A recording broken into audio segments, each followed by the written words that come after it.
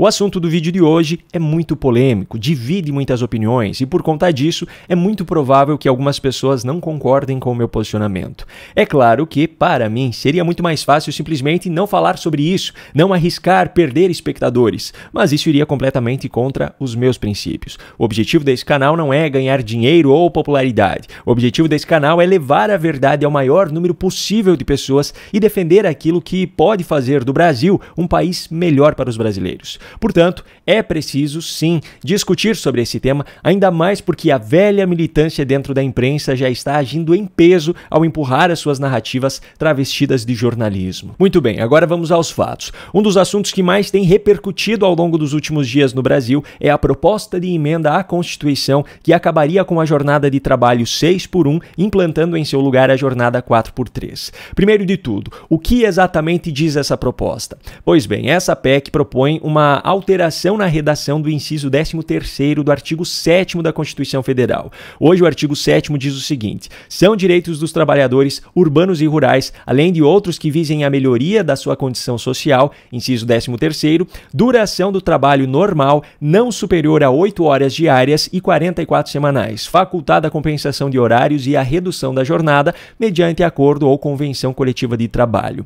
A PEC em questão, que é de autoria de Érica Hilton, do PSOL, propõe que a redação desse inciso 13º passe a ser a seguinte: duração do trabalho normal não superior a 8 horas diárias e 36 horas semanais, com jornada de trabalho de 4 dias por semana, facultada a compensação de horários e a redução de jornada mediante acordo ou convenção coletiva de trabalho.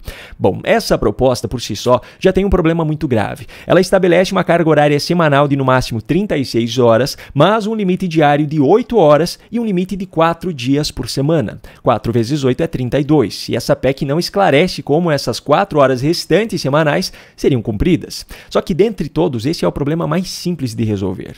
A grande complexidade da questão está na ideia como um todo.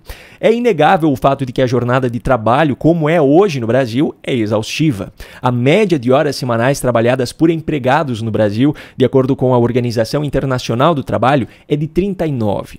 Comparada com a de outros países do G20, por exemplo, a média brasileira é maior do que a dos Estados Unidos, que é de 38, a do Japão, que é 36,6, a da Alemanha, que é 34,2, a do Canadá, que é 32,1, entre outros. Então, sim, no Brasil, o cidadão passa mais tempo trabalhando do que cidadãos de muitos outros países do mundo. Mas não podemos ignorar o fato de que, mesmo tendo uma carga horária média menor, países como os Estados Unidos, por exemplo, têm uma produtividade de seus trabalhadores maior do que a dos brasileiros. Então, uma carga horária menor não significa necessariamente uma produção menor. Além disso, seguindo no exemplo dos Estados Unidos, há uma série de diferenças em relação ao Brasil. Lá existe um salário mínimo por hora trabalhada e não por mês. Muitos dos direitos trabalhistas brasileiros também não existem em solo norte-americano, como é o caso do 13º salário, FGTS, multa de 40% por rescisão, etc. E mesmo assim, a qualidade de vida do cidadão americano médio é bem superior à do brasileiro. Afinal, o Estado não suga tanto do empregado e do empregador como acontece no Brasil. Enfim, deixando de lado a comparação com outros países e pensando apenas na realidade brasileira, o fato é o seguinte: a PEC em questão reduziria significativamente a carga horária de trabalho, mas não trata de nenhuma alteração no salário mínimo, por exemplo. Consequentemente, a produção em qualquer setor, a grosso modo, reduziria para cerca de 80% do que é hoje. Só que os custos de folha de pagamento para a empresa continuariam os mesmos. Em relação a esse ponto, tem muita gente que argumenta no sentido de que é justo reduzir os lucros dos empresários, porque para essas pessoas o empresário não trabalha, ele apenas explora o trabalho do seu empregado. Eu discordo totalmente dessa visão, mas concorde você ou não, o fato é que a realidade da imensa maioria das empresas brasileiras é muito diferente disso. A grande maioria das empresas brasileiras são micro ou pequenas empresas, e para muitas delas, reduzir a sua produção em cerca de 20% sem reduzir os custos significa inviabilizar completamente o seu funcionamento, porque essa situação, em vez de ser uma redução no lucro do dono da empresa, acaba representando, na verdade, a extinção de qualquer lucro, fazendo com que essa empresa opere em prejuízo. Nesse sentido, muitas das pessoas que compartilham daquela visão que eu citei anteriormente considerariam isso como algo ainda mais positivo, pois a classe empresarial, que na visão deles é a classe exploradora, estaria pagando pelos males que causou aos seus trabalhadores. Mas a realidade não é assim, a lógica é muito simples. Bem ou mal intencionado, o empresário não vai manter uma empresa dando prejuízo. As únicas empresas que continuam operando mesmo dando prejuízo são as estatais, porque é o povo brasileiro que as sustenta. Na iniciativa privada, essa redução drástica na carga semanal naturalmente levaria as empresas a optarem por uma das seguintes possibilidades. Primeira, reduzir o seu quadro de funcionários para diminuir os custos, o que impactaria diretamente nas oportunidades de emprego em todo o país. Segunda, priorizar a substituição de trabalhadores humanos por máquinas, que levaria o país ao mesmo cenário de crise por conta do desemprego.